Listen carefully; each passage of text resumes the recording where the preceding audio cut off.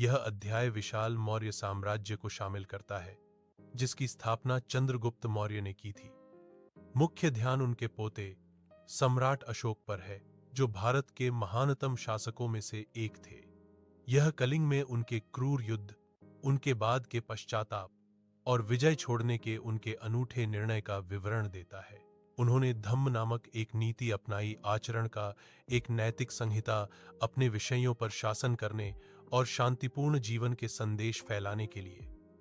मौर्य साम्राज्य के बाद महत्वपूर्ण गांवों और शहरों में यह जंगलों को साफ करने और कृषि में सुधार के लिए लोहे के औजारों के महत्व को उजागर करता है, जिससे भोजन की अधिकता हुई।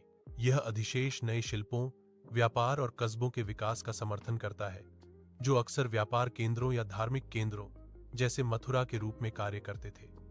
व्यापारी, राजा और तीर्थयात्री।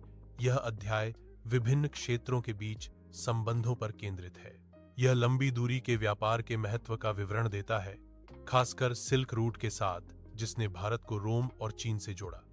यह इस बारे में भी चर्चा करता है कि कैसे राजाओं जैसे कुषाणों ने इन मार्गों को नियंत्रित किया। बौद्ध धर्म का प्रसार और भक्ति की शुरुआत, एक देवता या देवी के प्रति व्यक्तिगत भक्ति, नए साम्राज्य और राज्य। यह अध्याय समय में आगे बढ़ता है और गुप्त साम्राज्य के उदय पर चर्चा करता है।